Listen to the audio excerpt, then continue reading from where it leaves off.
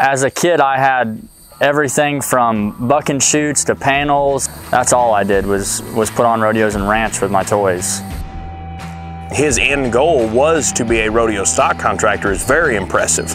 You can't just put on world-class rodeos with no experience. Every weekend I was entered up somewhere, so I just ate, sleep, breathe rodeo. There was nothing that I did. I didn't fish, I didn't go to the lake, I didn't go on vacation. Somewhere every weekend, tying my hand in for a living.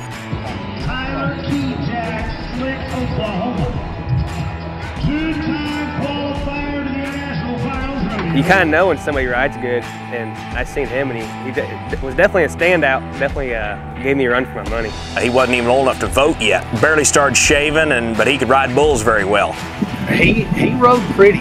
He didn't flop around on them. I mean, he set up and he looked good riding one. There's been, I think, 2 instances, to my knowledge, in the now 50-year history of the International Finals Rodeo where a contestant has been a stock contractor in the same year. I say that there's only 2. There's only 2 that were eligible.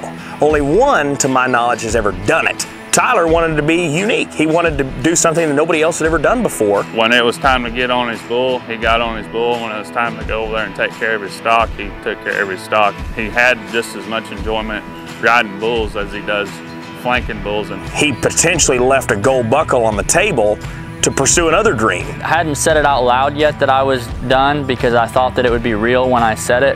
Tyler just never told me he's hanging it up. I mean, I don't think he tells anybody he's hanging it up. That's just something that we don't tell somebody. Rodeo has given me everything. I owe rodeo my life.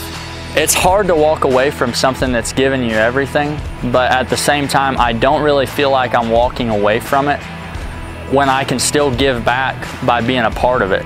You know, it's just a little different deal. Instead of running my hand in a rope, I'm tying the knot on the flank now.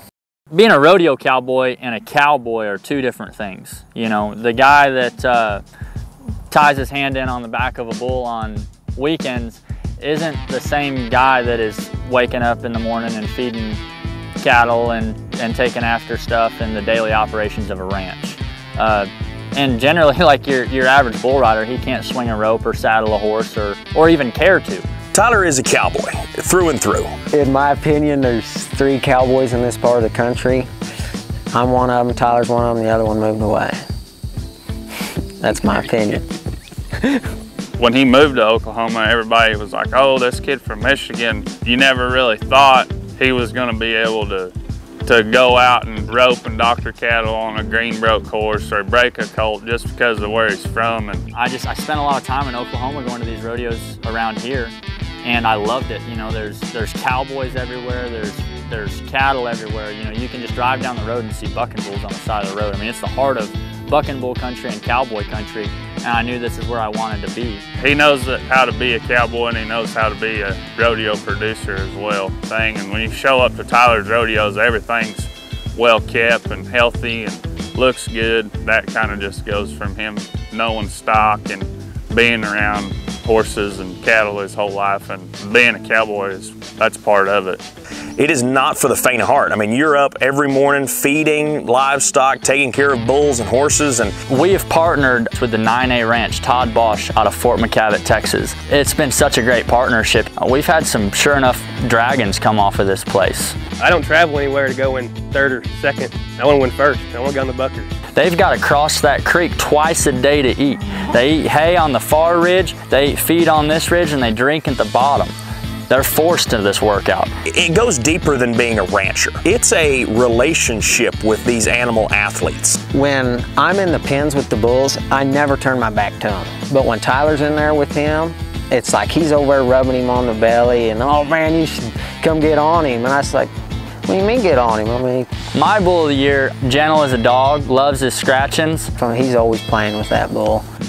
He's just a big, hairy, all-American winning machine. I feel bad for his wife, Jenny, because I'm pretty sure he loves the bulls more than he loves his wife some days. We went out to feed all of our cows. He told me to turn around, and he was down on one knee, and he proposed right there by all the cows. Our life revolves around our rodeo cattle, for sure.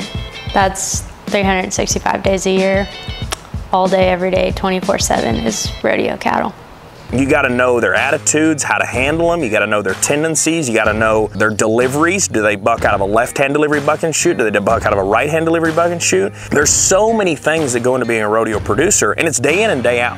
365 days a year. There's no off season for a rodeo producer. You can try and pinch pennies and have stock that doesn't meet a contestant's, wants or needs, and your production of your rodeo just doesn't look as good as if you're trying to get the best there is out there. I mean, the work starts well before the rodeo, but when we get to the rodeo, there's no doubt who's writing the check. And when we get into those production meetings, from gathering people to who needs to know and who doesn't, he's really strict, anal, you could say, on when we're going through this meeting. He's got a checklist on a paper that he hands out to everybody. But Tyler makes things so cut and dry and ready for every situation to happen. It doesn't matter whether we're building fence, training colts, training bulls, and he has every last thing planned out down to the detail. I mean, he is a man of his word. I mean, he's no joke. The guy's got a plan, he's got a vision. He brings a heck of a show. Everything he says he's going to do, he does 100%. Tyler, this is his program. He's pretty strict on when he asks for something to get done, that it gets done. And Tyler and I have had conversations about, cattle and that he needs to have at his rodeos, and that just right there shows me that he cares. He cares, he wants us to come, he wants us to have a great opportunity to win, and that's what it takes to be a stock contractor.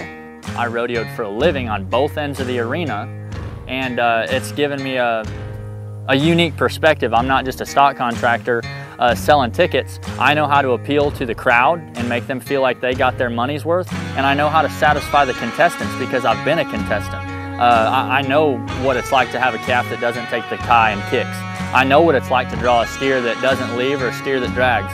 I know what it's like to drive 8 hours and draw a bull you can't win on.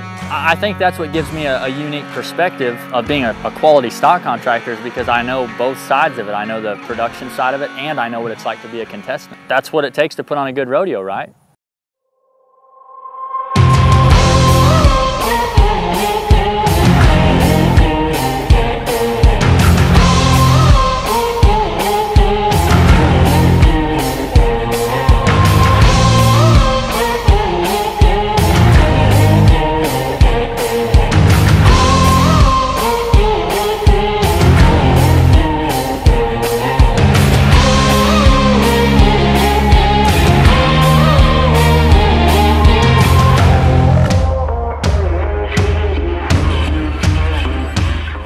I got an Australian guy that works for me and fights bulls, so I figured, he'd kind of show us how they do it in Australia, and I just assumed they do it backwards, so I made him ride one backwards. I did it, yeah, it was dumb. But, it was talk of the town today, so. Really just anything to sell tickets. I'm not opposed to, having a zebra bronc riding, camel double mugging, wild wildebeest milking. Whatever it takes to sell tickets, I'll pretty well do. The so-called slogan of the TK Pro Rodeo, the wildest show in the West, and he ain't afraid to have a little wow factor to the performance. He constantly thinks about putting on rodeos, what he can do different than other stock contractors. I've been to, I don't know how many rodeos in my life, but I dang sure ain't never been to one and they had a wild camel race or a wild buffalo race or backwards bull riding. Yeah, I mean, we bucked albino, white buffalo, 5 of them at the same time, shotgun style, get it on. And there's something there to catch your eye, and that stuff like that is going to catch people's eye, and that's what they're going to be talking about at the coffee shop on Monday morning.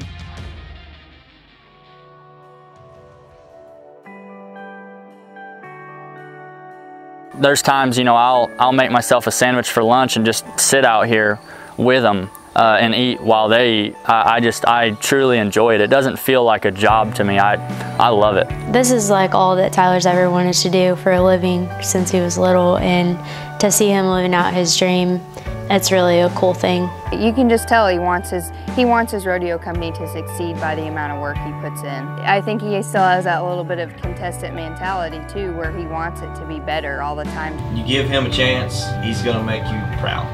He keeps delivering every single rodeo. Something new, something different. Week after week after week that we draw the contestants, you know, 30 bull riders, you know, 35 bronc riders. This weekend we've got over 400 contestants. We're gonna buck 18 horses a night and 15 bulls a night. We're drawing the numbers and it's not a fluke. We got the Rodeo of the Year a couple years ago. We did a rodeo in Grove, Oklahoma, and I think before we were even done with the first performance, we were hired back the next year. There are guys that they will have so many people for so many different jobs, and that's great, but it's also impressive to see a guy like Tyler that can handle all aspects of the job himself. Yeah, he's out there sweating, he's out there putting in the hard work, and I think that's important because when you know all those points of, you know, all those points where people have to work at, whether it's loading a calf in the chute, whether it's opening the chutes, whether it's pulling a flank, when you know all those aspects of the production of the rodeo, I think that's really important for him to know, and any producer to know. You look at the world today, and there's a lot of people that have a lot of excuses for sucking. That's one reason I admire Tyler. Tyler, he's a tight little bastard, but he will work his ass off. He's not going to lay around all day and do nothing. He's going to put out the effort to try to be better. That he will be seen at the bucking chutes, at the roping chute, in the alleyway, you know, lining up stock, lining up cowboys for an opening ceremonies or whatever. He gets the total package. Everybody's going to be talking after the rodeo, remembering the wow factor that Tyler brings to the table. From the time that I was a little kid to where I'm at now and where I'm going to be 15 years from now, all my eggs have been in this basket from '94 on. That's just all I've ever wanted to do.